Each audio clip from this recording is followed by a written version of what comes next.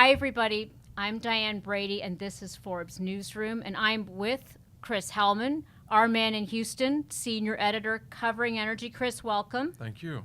Good to see you. Good to see you, too. And so, when we talk about energy, we've been talking a lot about the energy transition, and where are we on that transition? Because we keep hearing so much about electric vehicles now that you'd almost think that we're there. I wish that were the case. We are so early on the energy transition, Diane. We're only in what they call the early innings, I'd say perhaps the first at-bats of the energy transition. The reason why is because the world still gets 80% of its primary energy from fossil fuels. That's 80%. And we've been at this for decades now. And the needs are growing. So, I mean, that 80% is of an ever-expanding pie. And what's been really shocking to me this year in watching the energy shortages that are taking hold around the world, especially in Europe, we're seeing more coal burning than we've ever seen in the world ever. For decades now. We're not at peak coal We're not even yet? at peak coal yet. And we've been reducing coal in the United States, thankfully, for probably 10 or 15 years now. But China and India will both burn over 1 billion tons of coal this year, at the same time that they're building more solar power plants and more nuclear plants and using more liquefied natural gas and even burning pellets of biomass in place of coal in some places. We're still burning more coal than ever. So that tells me we've barely just begun this process of the energy transition. But how much are we invested in the process? Because let's start with the auto companies. Every auto company now has said, we're in it. We're doing it. We're transitioning. We're talking about, basically almost remaking the fabric of, our whole system. No more oil changes, going to change, EV stations. Is that something that is, likely to happen in the next few years? I mean, there are more electric vehicles being bought, but... Electric vehicles are certainly still such a small portion of all the cars on the road. Right. We're not going to be running out of gasoline stations anytime soon.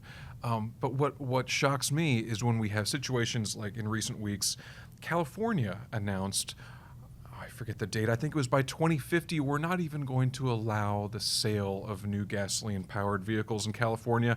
And then the next week, all of a sudden, they were having rolling blackouts in California, where the state came out and said, if you own an EV, please don't charge it up because we don't have enough electricity. This really worries me. How can we have a transition to electric vehicles if we don't even have a stable enough power grid to power the electric vehicles we already have? I mean, that's going to be the limiting factor in this transition, is whether we have enough energy, whether we can get that energy where it needs to go.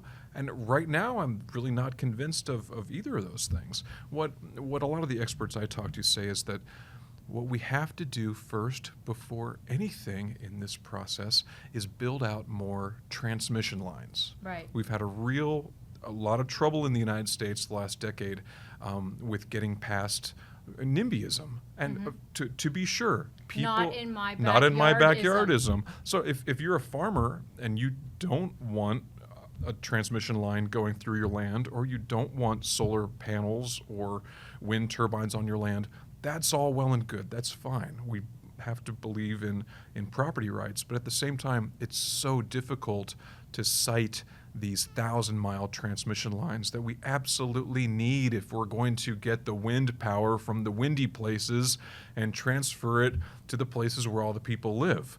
And, on our panel yesterday, there was some talk about, yes, we need to, as quickly as possible, get off of fossil fuels. This was at the Sustainability Leaders Summit. Indeed. Your panel on energy. Yes. For those who missed it, please check it out. But yes. It was great, and we had a little bit of disagreement going there among the panelists on the role of natural gas.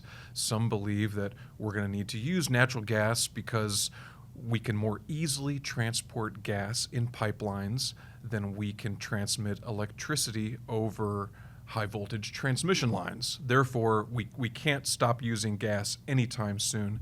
And from an energy security point of view, there's a compelling argument some have for made. sure. Yeah, the rest of the world can't even get enough of our liquefied natural gas that we're exporting. Right. But the idea is there is that we have to use all of the different sources of energy that we have. We can't turn our back on gas. But even if we can't build the transmission that we need, there are some people who think that we can take the wind power in the middle of nowhere and use that to make artificial sources of energy, like hydrogen. You can create hydrogen out of this excess renewable energy that's trapped in the middle of nowhere, and you can more easily transport that hydrogen that you've made using electrolyzers, I think that's the word, electrolyzers. You can more easily transmit that hydrogen than perhaps you could the clean, green electricity that you're making out there. So people have all sorts of ideas for how we're going to solve this, but the real takeaway is that we need everything right now, and we especially need ideas that can scale over time. Ideas that they may seem small now, but they have this power to compound. You know, in investing, we always look for the compound annual growth rate.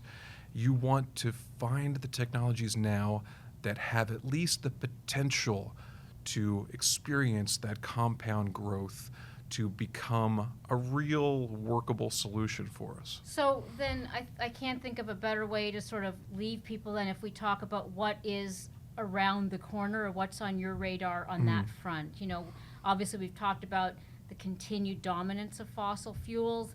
There are growing investments, you know, in electric, but what are some of the things that you think have that compound potential that you're looking at? Absolutely. One thing that really excites me is the future of nuclear fusion. You know, we have a lot of what's called fission reactors. That's where you are splitting apart the atom and releasing energy that way. Like the Chernobyl, yeah, sure, 3 Mile Islands of the right? world? But you know, as we have the occasional disaster, but by and large, nuclear power is remarkably clean. It's zero carbon. Right.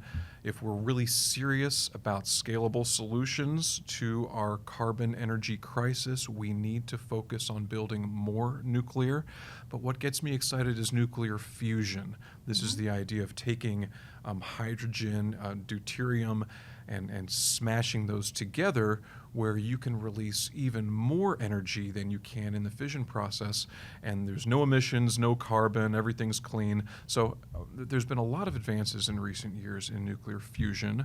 There's many billionaires that have, you know, as a side project, you know, their hobbies are on the golf course, they want to say, which fusion company are you investing in? There's probably a half a dozen or a dozen now that stand a chance of having significant breakthroughs that could be commercialized in the next 10 or 15 years. And these are startups, or are these within like large, you know, there's startups companies? And there's also large energy, like we had GE yesterday there at the event. GE is involved in every part of the energy transition, including fusion. So we're going to see companies like GE trying to commercialize modular reactors, small size reactors that can provide that zero carbon fuel to a town rather than needing to build it for an entire city. Right. You know, that could really save us from a future of solar panels covering every hillside and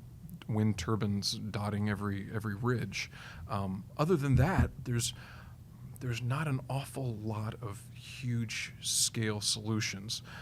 There's another one I wanted to mention. Yesterday, our panelist, Mark Viviano, he's an activist investor, he was talking to us about a company that he's bought shares in called California Resources Corporation. They were spun out of Occidental a few years ago. And he kind of shocked the crowd by saying that this company, it's an oil company with fields based in California, huge old fields, 100 years old in California, which used to be one of the major oil producing states of the United States. He says they have more value not in their oil field assets, but in the ability to store carbon dioxide deep inside those old worn out oil reservoirs. Okay. So the idea is that once you've taken all of the oil and gas out of the ground, if you have the right kind of geology, you can pump carbon dioxide right back in there and sequester it for forever. So there's a price for that, and there's a profit for it, well, right? yes, and so thankfully we have the Inflation Reduction Act, which passed recently, Right. which has very, very generous subsidies for what used to be considered a complete pie in the sky idea of taking carbon dioxide out of the air and Sinks, sticking it right. down into the ground.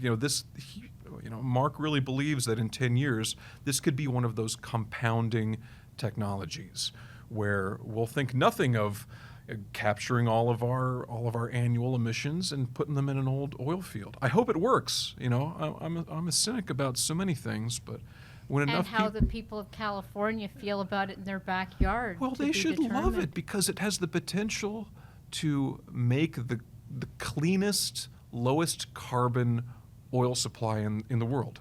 If you can get your oil out of the ground as a result of shoving carbon dioxide in there to displace the oil, then you have an oil that is Doing good. inherently low carbon. So maybe that's a solution. We'll There's see. green energy. Thank you very much, Oh, Chris. yeah. Food for thought, or I should say fuel for thought. Fuel for thought. Thank you, Diane. Thanks.